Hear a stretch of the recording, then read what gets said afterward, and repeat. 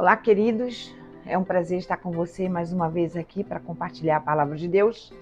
Eu sou a professora Paulina Gonçalves, esse é o meu canal e você aqui é muito bem-vindo, tá bom? Que Deus te abençoe. Nós estamos aí nesse novo ano, né, com um grande desafio na nossa frente, que é estabelecer um compromisso mesmo com as Escrituras. Eu tô nessa linha, eu tô nesse objetivo. E a nossa proposta é despertar em você um amor pela palavra, né? Despertar em você um desejo, um prazer de estudar a Bíblia, ok? A nossa proposta aqui, vamos gravar alguns vídeos, né? Hoje vai ser um dia de grande perspectiva para a gente, em termos de trabalho. Mas a nossa proposta, e eu venho orando em cima disso, é dar a você algumas razões pelas quais a Bíblia precisa ser estudada, né? E eu li um livro, aliás, não foi um livro, eu li uma certa vez numa revista Ultimato, uma frase acho que foi um rabino, que ele dizia que a Bíblia é um paradoxo, que a Bíblia é o livro mais vendido no mundo, né? A Bíblia é o livro que ocupa o primeiro lugar em ranking de vendas, mas ao mesmo tempo é também o livro menos lido, menos estudado, né? Isso parece até um paradoxo. Ele chamou isso de analfabetismo bíblico. As pessoas têm o livro, mas desconhecem esse livro. Bom, vamos lá. Tem dois textos que eu queria apresentar para você nessa introdução. O primeiro está em João 5,39. Jesus disse assim: examinai as Escrituras, porque vós cuidais ter nelas a vida eterna, e são elas que de mim dão testemunho. O outro está em 2 Timóteo 2,15, onde Paulo diz para seu pupilo, para seu discípulo, né? Timóteo, ele diz assim: procura apresentar-te a Deus aprovado, como obreiro que não tem do que se envergonhar, e que maneja bem a palavra da verdade. São dois textos diferentes, né? Mas ambos encerram no verbo a mesma ideia, de gerar em nós o compromisso com esse livro que temos em mãos, né? Para mim, esse é um dos assuntos mais relevantes. Se me perguntasse o que eu julgo importante ensinar uma pessoa para a vida, sendo ela crente ou não, mas em especial aquele que se converte, eu ensinaria a estudar a Bíblia. Para mim, é o ponto de partida para tudo, até mesmo para você orar, você precisa de parâmetros bíblicos. Então, estudar a Bíblia é um dos assuntos mais importantes, né? E num tempo como a gente está vivendo hoje, alguns chamam de pós-modernidade, que a Bíblia está sendo desacreditada pelo relativismo, de certa forma também o ateísmo, que se estabelece aí como uma religião, né, do século, ou então ela está sendo sufocada pelo secularismo, né? A vida secular está sufocando um pouco nos círculos cristãos o espaço da Escritura. Eu acho muito importante que nós dediquemos um tempo para pensar sobre a Bíblia. Você deve ter um livro desse em sua casa, correto? Acho que tem pessoas não crentes, né? Às vezes eu vou numa loja, está lá o Salmo 91 aberto, a Bíblia está aberta lá. Então, se você tem esse livro na sua casa, esse livro ele tem uma estrutura, né? Ele tem 2 testamentos. Ele é uma coletânea de 66 livros. Ele tem um tema, que é a pessoa de Jesus, ele tem um centro, né? Ele tem uma história. No Velho Testamento temos uma história de Israel, no Novo Testamento a gente tem a história de Cristo, a história da igreja. Ele tem uma mensagem, ele encerra uma revelação de um plano. Ele tem uma mensagem. Então, a gente, para compreender a estrutura, para enxergar o tema, para compreender a mensagem, correto? A gente tem que estudar esse livro, tá? E eu estava pensando, né, sobre na introdução dessa série de vídeos que eu vou gravar falando sobre a importância desse assunto. Me veio à mente que no Velho Testamento existiu o tabernáculo. Cada peça no tabernáculo, cada cor, né, cada material empregado naquela construção, Êxodo 25 a 40 narra essa construção, apontava para Cristo em aspecto profético, e cada peça tinha sua proporcionalidade, a sua dimensão. As cortinas tinham seu tamanho, né? As cortinas tinham a sua dimensão, o seu material empregado, o altar, a mesa, tudo tinha sua dimensão, o peso, tudo. Mas interessante que havia uma peça que não apresenta nenhuma descrição de dimensão. A gente não sabe a altura, a gente não sabe o peso, a gente não sabe como se fala, a circunferência. A gente não tem nenhuma dimensão, uma descrição dessas formas, né? Peso, nem um meio de transporte, que era uma pia de bronze, aonde os sacerdotes, depois que eles sacrificavam o animal, deveriam lavar as mãos e os pés.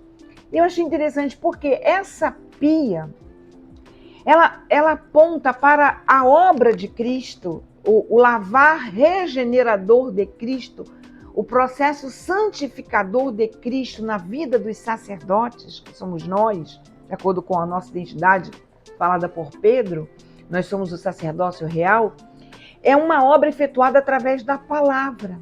Então, aquela pia apontava para a Escritura, ou a obra de Cristo, através da Escritura em nós, né? Então, o fato daquela peça não ter nenhuma descrição de sua dimensão, do seu formato, cada livro apresenta um formato diferente, né? Isso não é um ponto pacífico, não se discute quanto a isso, porque realmente não tem descrição. Isso não é casual, né? Isso talvez exatamente revele como essa Bíblia, ela pode estar no celular, ela pode estar no iPad, ela pode estar no computador, ela pode ser transportada na mão, ela pode ser transportada na bolsa, né? Mas o que isso, acima de tudo, mostra? Que não há como dimensionar, não há números no seu peso, não há números nas suas dimensões de circunferência, de altura, porque não há como mensurar o valor deste livro que você tem em suas mãos. É minha oração motivar você ao estudo da Bíblia. É minha oração despertar em você um interesse em se aprofundar no conhecimento desse livro, ok? Então, a minha proposta é pensar, né, não vamos fazer vídeos longos, mas é estabelecer algumas razões, justificar por que você deve dedicar tempo para o estudo da Bíblia, tá bom? Vamos lá. Uma das razões é que a nossa relação com este livro é medida, aliás, é expressão da nossa relação com Deus. Como é que eu posso explicar isso? A minha relação com a palavra de Deus expressa o nível da minha relação com a pessoa de Deus, ok? Olha o que Jesus disse em João capítulo 14, versículo 15. Ele disse assim: se vocês me amarem, vocês vão guardar os meus mandamentos. No capítulo 14, ainda no versículo 23, ele diz assim: aquele que tem os meus mandamentos e os guarda, esse é o que me ama. E aquele que me ama será amado também por meu Pai. Então, Jesus está dizendo que quando eu o amo, esse amor à sua pessoa é demonstrado no meu amor por aquilo que essa pessoa fala. E também porque não existe como separar a pessoa de Jesus da palavra de Jesus. Vou voltar com vocês ao texto que nós abrimos aqui. João capítulo 5, 39. Olha o que Jesus diz. Examinai as escrituras. Ele está dizendo assim, examinai o texto escrito, ok? Escritura é um termo neotestamentário para o Velho Testamento. Ele é chamado de escritura, ou toda a Bíblia, chamada de escritura. Então Jesus disse, examine o texto escrito, porque esse texto escrito fala a meu respeito. Então, o próprio Jesus, a pessoa de Jesus, é descrita no Evangelho de João como sendo uma palavra. João diz assim no seu prólogo, né? No princípio era o verbo, no princípio era o logos, a palavra. A palavra era Deus. Olha, a palavra estava com Deus. No capítulo 19 do livro de Apocalipse, quando João também vê a visão de Cristo em glória, né? Ele descreve esse Cristo como um rei. Ele diz assim, na sua coxa tem um nome escrito. O nome pelo qual ele se chama é a palavra de Deus. Então, não tem como eu fazer uma dicotomia entre a pessoa de Jesus, o homem Jesus, e o texto da Bíblia. Então, como eu meço a minha relação com a pessoa? Essa relação de amor que eu tenho com Jesus é uma relação de amor que eu tenho com a palavra dele.